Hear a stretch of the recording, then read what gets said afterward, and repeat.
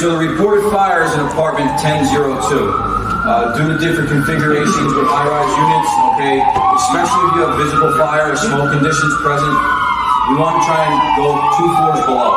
When I say different configurations, some buildings might not have a floor 1, some buildings might not have a floor 13. So if you take those two floors out and you count from the outside, you may actually end up on the fire floor, which we don't want to do. So always say, if you're getting reports on the 10th floor, we're going to try and go 2 floors below. When engine 7 comes off floor 8 out of the elevator, this building is actually ID'd, so we know which way we're going. All right, we're going to apartment 1002, so 802 is to the left, 1002 is going to be to the left, okay? And right away, what we can do is, once we confirm it, all right, the big thing here is identifying our attack stairwell. All right, so in our mind, before we transmit it, we're going to call this the north stairwell, or as simple as possible, the first 2 company officers can say, when you get all companies coming in, when you get off the elevator, make a left. That's going to be the attack stairwell. We only want to use 1 stairwell when we attack the fire. Yep. Okay, so now that we've identified that apartment 1002 is to the left of the elevator, we want to try and find apartment 802 so we can orient ourselves to where the actual apartment is. Okay, so as we walk down, we're going to start counting floors. All right, we note the exit signs, so that's where the stairwell is going to be. All right, and as we go down, we identify 802. So now we know if we open the door on the 10th floor, we are two apartment doors to the left is going to be the fire apartment. All right, so now that we hit the stairwell, all right, this building, we note that the standpipe is in the actual stairwell itself. Other buildings, the standpipe may be in the hallway, it may be down the hallway. So this is what we're doing as we're approaching the stairwell to begin fire attack, is locating the standpipe. So if the standpipe is in the stairwell on 8, we're going to assume that it's going to be in the same spot on floor 9. Now that we've arrived at floor 9, the company officer is going to identify this standpipe here as where we're going to hook up. All right? The hose bundles are going to go into the hallway of floor 9. The next action of the company officer is to go up to floor 10, crack the door open on floor 10 and see if the hallway is clear. The next order he's going to give his nozzle firefighter and backup bundle firefighter is, where is the fire attack going to begin from? If the hallway is clear, we'll be able to bring a dry line down to apartment 1002 and start our fire attack from the actual apartment itself. If Captain Lunetta opens up the door to floor 10 and he sees heavy smoke, feels heat, he's going to immediately close the door. We need to assume that the fire is either A, in the hallway, or B, the apartment door is open. Fire attack is going to begin on floor 9 at this point. Okay, Captain Lunetta has ascended the stairs to floor 10. He's going to open the door and check for any visible smoke conditions. In this scenario, the hallway is clear. He's going to enter the hallway, deem it safe, and give orders to his men that we can now bring the nozzle bundle to apartment 1002, the actual door itself. Okay, now that we've identified floor 9 is going to be the attack stairwell, and this is where we're going to start our hookup at, the first thing that the control firefighter is going to do is open up the bed and grab a door chock and chock open this door.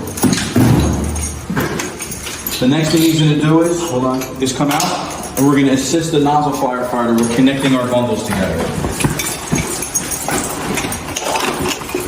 Now, while this is going on, Captain Lunetta is upstairs, and he's making the decision whether or not the nozzle bundle is going to be deployed from the floor below or on the actual fire floor, based on conditions on floor 10. We do know that at this point, they disconnected, okay? Captain Lunetta just yelled down and said, the hallway is clear, bring the nozzle bundle upstairs. So at this point, our control firefighter is going to we're going to break this apart. This is going to be for the control firefighter and firefighter Oliveira. We're going to break this bundle. So this is always going to happen. So we've determined that the nozzle is going to stay together because it's going up to floor 10, but we need to deploy our backup line.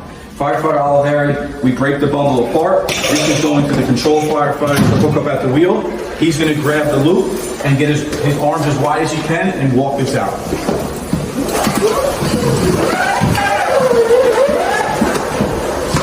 Good. Any kinks that you see on the way? Okay. Okay, we're good to go. All right, come back now. So as we see, by walking this out in the hallway and not the stairwell, we just deployed 75 feet of hose in approximately 30 feet of hallway. And when we wet this line, there'll be no kinks in it. Okay, so now that we've decided where the nozzle bundle is going, the control firefighter is going to start his hookup at the wheel. First thing he's going to do is, in this scenario, in this situation, we have a cap. We're going to remove this cap.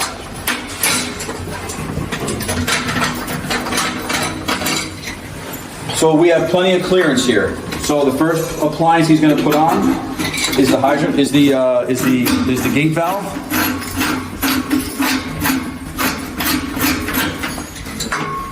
Good. And the next thing he's going to do is he's put on his elbow.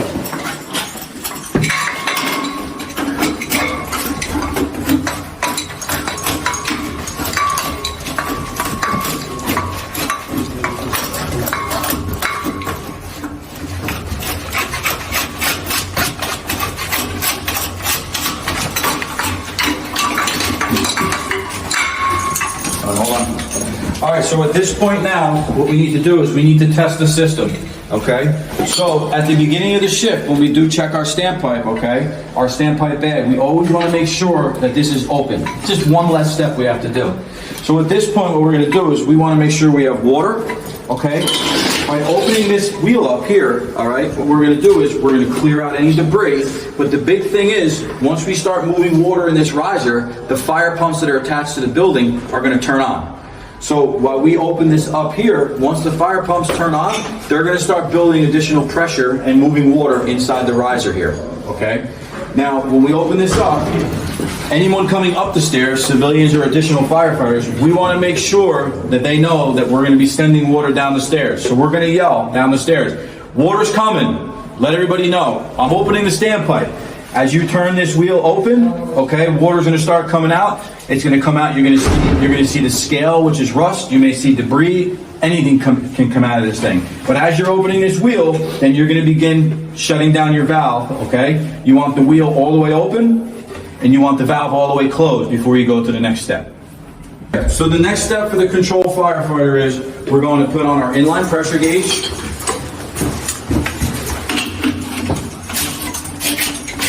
And then we're going to connect the hose to that.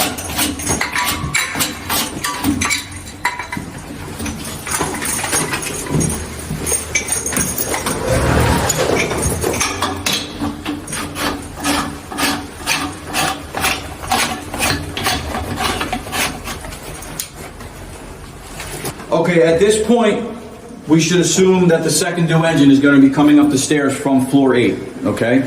The role of the second due engine in this situation is to assist with the first due engine with stretching the line, all right? We've already pretty much mapped out that we're going to be able to make the apartment with 150 feet of hose, so 2 75-foot bundles. So as 18 engine comes up, they're going to stage their equipment off to the left.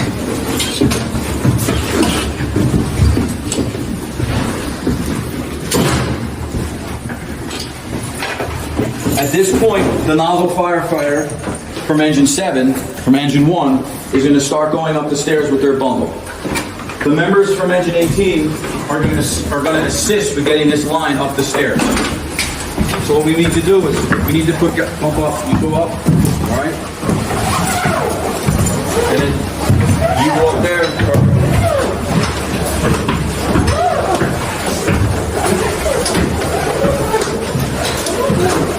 So just be mindful as we deploy this, all right, we want our nozzle bundle to get to the apartment floor. So there's going to be some communication, okay? So keep going, Anthony.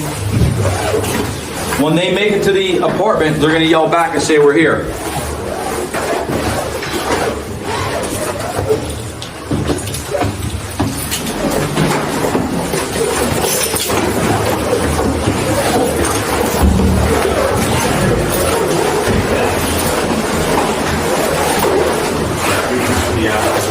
Okay, they're there.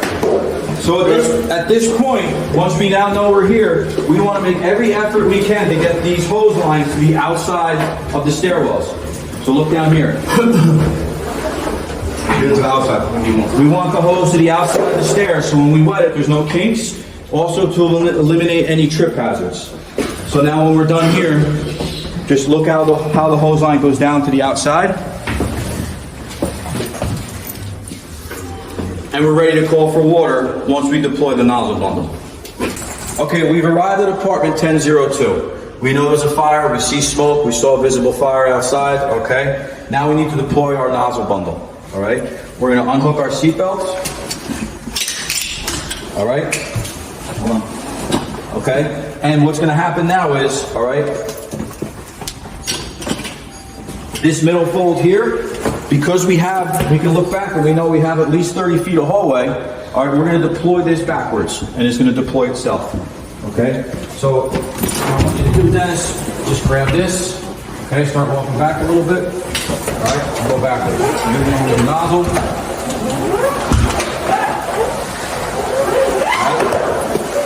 Good. All right, and now when you come back, exactly. When you drop that down there, when you come back, you just fix those little kinks there. All right. Now you see when we are going to charge this line, because of how this line deploys, we're not going to have any kinks. Okay. We're not going to have any kinks in this line at all. All right. Now the other thing to note is when we started this, engine 1 was 1 and 3. Take away the driver, you had 2 firefighters and 1 captain. Put the control firefighter on that, he's down to 1 firefighter. So this is where engine 2 comes into play. When engine 2 comes up, okay, they brought their additional equipment if we had to go longer than 150 feet. But now if you see engine 2, the firefighter from engine 2, he's now the backup guy. The second firefighter, he's now pushing the line into the apartment. So engine 1 and engine 2 working together, this is how it has to happen. This is the only way we can make this work. So now we have our manpower to bring our line into the fire department. Okay, now that our hose line is deployed, we're at the apartment door. We're waiting for the control firefighter to call the captain and say he's hooked up and he's ready to send water. Captain, I'm hooked up and ready to send water. Engine 7, Captain. Engine 7 control. Send water. Engine 7 control received. Now, obviously we can't charge the line in an occupied building right now. We would have water coming and the line would get charged. Okay, at this point, engine 7 captain would call engine 7 control and say we received water, we're gonna open the line, all right? Once we open the line, he's gonna set his pressure on floor 9 to 80 PSI. Once he has set the pressure, he's gonna call engine 7 captain and say his pressure has been set, and now we can begin the firefight. Okay, at this point, our valve is all the way open, okay? And what we need to do is set the pressure on our inline pressure gauge to 80 PSI. The control firefighter is now gonna call the captain. Engine 7 control, engine 7 captain. The line has been charged. Give me a line read to set the pressure. Engine 7 captain received. So now what happens is, if our beginning pressure is at 150, okay, when they open the line, it may drop down to 125. At this point here, back up a little bit, okay, we're gonna set our gauge to 80 PSI. Once we're at 80 PSI with water flowing, engine 7 control to engine 7 captain, pressure has been set. Engine 7 control, engine 7 captain, pressure has been set. All right, the role of the second due engine company officer is he's going to become the temporary water supply officer.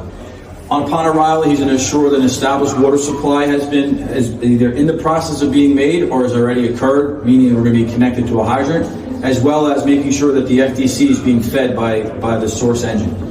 The firefighters from his crew, they're going to make their way upstairs to become the backup firefighter and assist with the hose line deployment. Upon arrival of the second due company officer, he's going to check in with the control officer, the control firefighter, to confirm that he's not having any problems at the wheel. Potential problems may be, turn on the wheel, we have no water. Turn on the wheel, we don't have enough pressure. If there's a situation where we don't have enough water, we don't have enough pressure, that's going to be an urgent message to command that we have a problem, as well as an urgent message to the engine 1 company officer to either back out of the apartment or don't make entry. We're having water problems. And at that point, we're going to have to either increase pressure, there may be an issue with different riser wheels that are on, or even we may have to bring a line into the lobby and pump the riser itself. which is also why it's very important to identify the attack stairwell early on. So if we do have to fix problems where we have to come to the lobby and charge this riser from floor 1, we need to know which riser we're going to. Okay, on arrival of the second engine 2's officer, he's going to have a conversation with the control firefighter. Very important to remember, the control firefighter is going to be monitoring this pressure at all times. He's never going to leave this position. Okay, the only time he would ever leave this position is if he's replaced with another control firefighter. We always need someone at the wheel. Worst case scenario, something catastrophic happens, we can identify it. If we have a surge in pressure, he can make the difference by gating down. Or other way, if we lose pressure, he can open up the wheel and increase the pressure. So a conversation has to be had with the second due engine company officer, who then will relay to command from engine 2 officer. We're looking good. Everything's fine on the wheel. All right, and our water pressure and volume is sufficient. How's the pressure? You have good water? Everything's good, Cap. We have You're good set? water. Yes, we are. All right. Engine 2 to command. We have good water pressure on the initial attack line. All right, so what we're seeing in a lot of these buildings is they're retrofitting the common areas, so the hallways. Sometimes they'll also put with the sprinklers. And what they do is they come off the riser, they put a flange here, it goes out, and then the sprinkler goes down the hallway. So we'll find a sprinkler over the apartment door. Sometimes you'll find one inside the apartment, just over the door, which is great for when we're not in the fire. But when we pop open the door and the heat comes out, the sprinkler then activates over our head, which creates a steam condition. It also creates cold smoke with visibility. But also it actually could hurt us because as we're trying to put this fire out, we're getting steamed by the heat from the fire itself when we open up the door.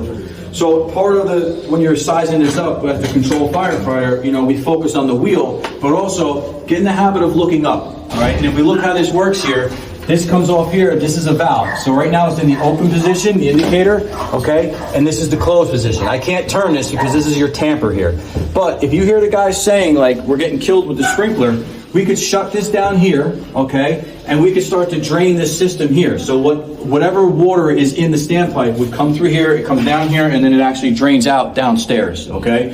And if you identify the pieces in the system here, if a sprinkler opens, this is where you're gonna get your water flow. So when this turns or this moves, it trips, that's where we get our water flow alarm.